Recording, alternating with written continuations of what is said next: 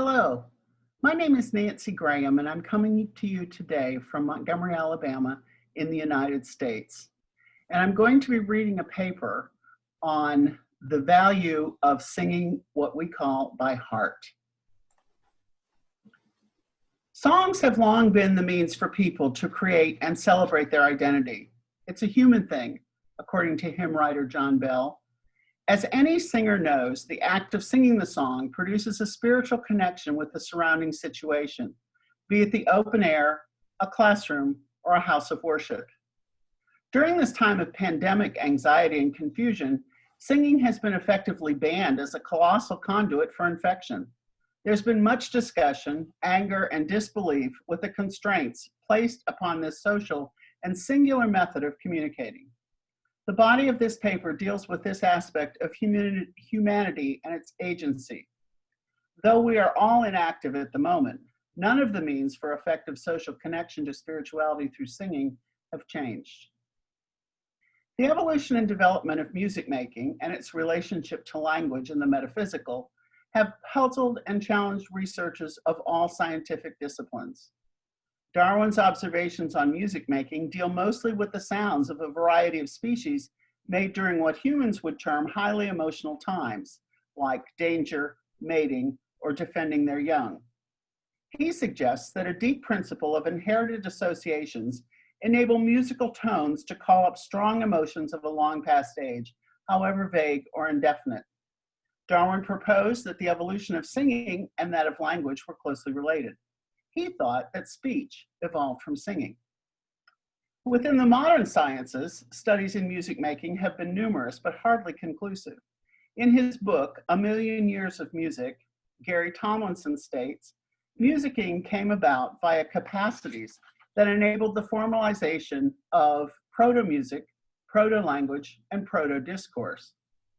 The indicators in these prototypes are elusive, though presumably consistently present. Nailing down the entry of spirituality and religion into humanness is a slippery study.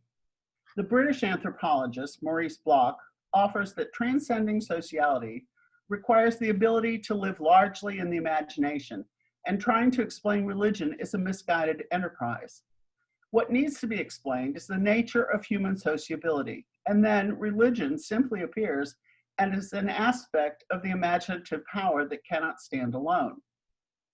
Stephen Brown of the Neurolab at McMaster University proposes that music and language evolved together, and that language became more important for exact communication, and music served to bond the unity of the group.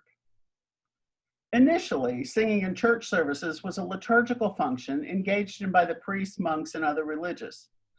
With the revolutionary disruption of the Reformation, the traditional liturgy changed drastically to include congregational alliance to the service through singing. Martin Luther proffered the concept of a communal, yet individual praising dialogue between the celebrant and singer, with original verses often set to familiar plainsong. Eric Routley says that when the reforming movement solidified in the 1600s, it was already clear that the congregational song was going to be permanently affected by the demand of the people for reasonably simple music and by the fading into the past of the lofty rhetorical style that had characterized the larger scale compositions of Luther's lifetime. In England, a century later, this marked the beginning of present-day hymnody. In keeping with the desire for a simpler style of singing, an echo style was incorporated, known by different names, and here will be called lining out.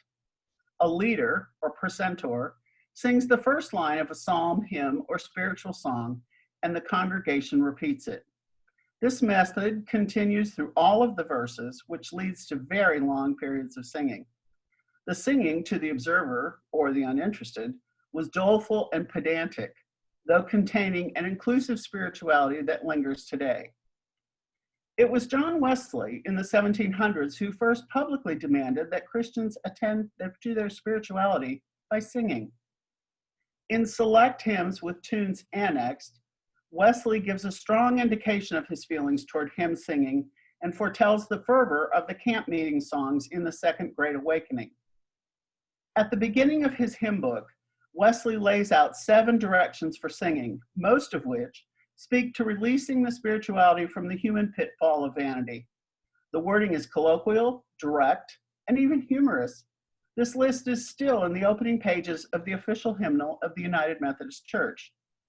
Time does not permit me to list them here, but Wesley's instructions are easily obtained in a browser search and well worth the trouble. In New England, the clergy effectively ruled the communities. In an effort to model hymns after the church music in Europe, the region established singing schools, a transient sphere of musicians that worked up and down the Atlantic coast and into the backwoods. The supporters of this prescribed method used a simple 4-note system of shaped note heads, the forerunner of what is later referred to as sacred harp or fa sol la singing.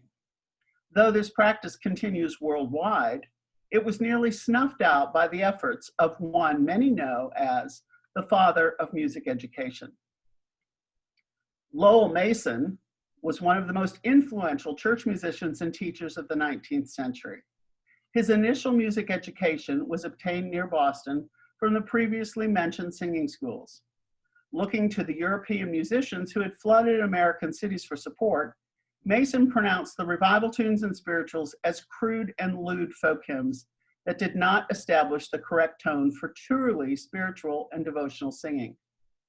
He spent much time in England and continental Europe finding verification for his opinions.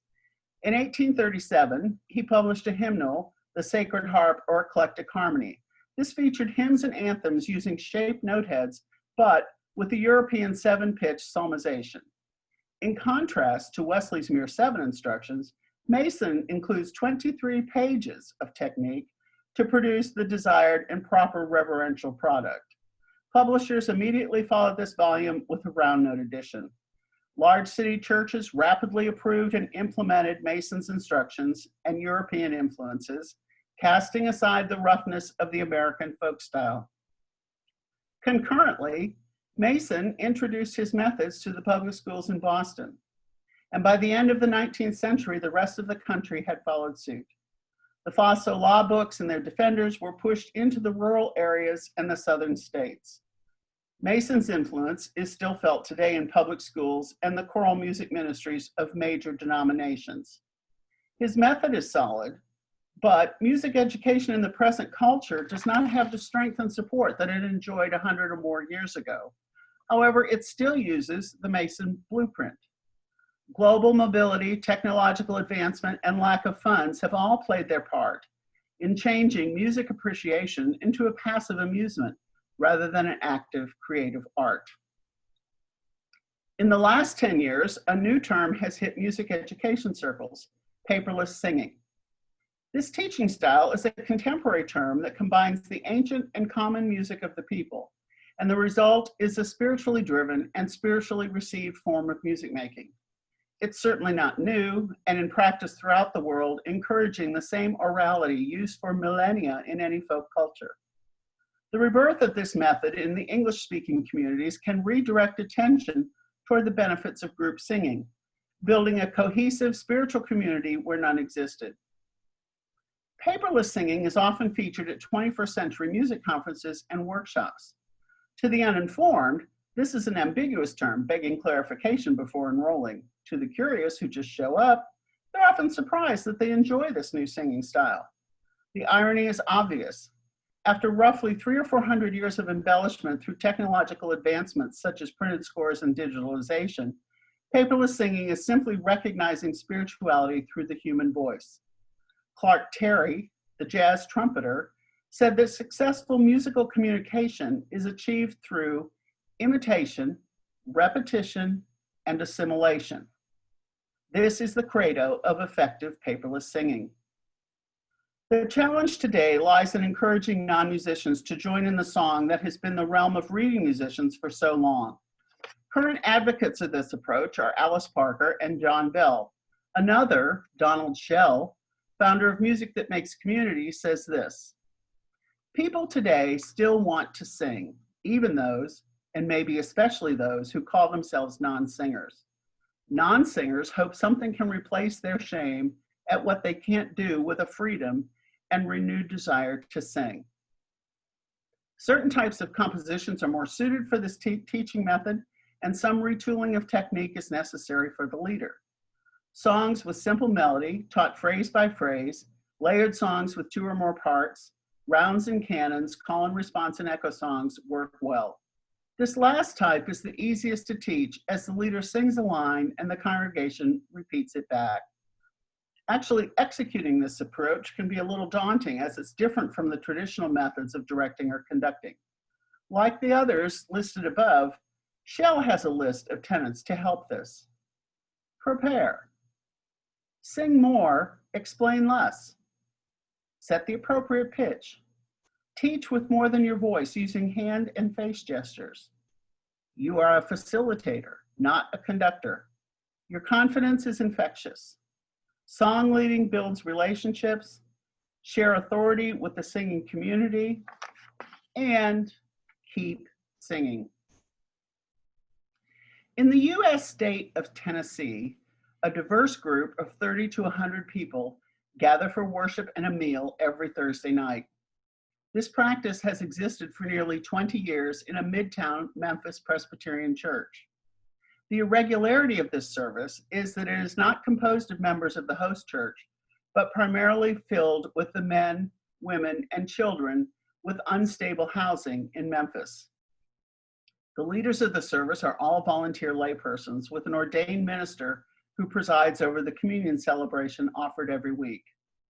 At the inception of this service, a traditional liturgy was employed with random hymns selected from the denominational hymnal, led by the accompanist at the piano or organ with his or her back to the potential worshipers. The wordy texts and complex tunes defeated any urge to participate, and with no visible leadership, very few attendees even attempted to sing. The service was flat. Stereotypes of the homeless are difficult to surmount, even with well-meaning leadership. In this case, hymnals, organs, and formal liturgy are intimidating and overwhelming to these marginalized human beings, and the accompanying issues of hunger, addictions, and mental illness demand respectful attention from the song leaders in order to release the spirituality buried in their cognizance. Until about 4 years ago, the Thursday service functioned as a safe place to find relief from the cold in winter and from the brutal Memphis heat and humidity during the long summer. The congregants frequently left the service to get a good spot for the upcoming meal in another part of the building. Out of desperation, a change in liturgy and music presentation was suggested and cautiously instituted, using the sensitive words of liturgies from the Iona community, participatory readings, prayers, and lined out call and response and echo songs. Now, the musician stands in front of the worshipers and leads the songs in an unaccompanied face-to-face manner, using physical gestures and expressions to encourage a corporate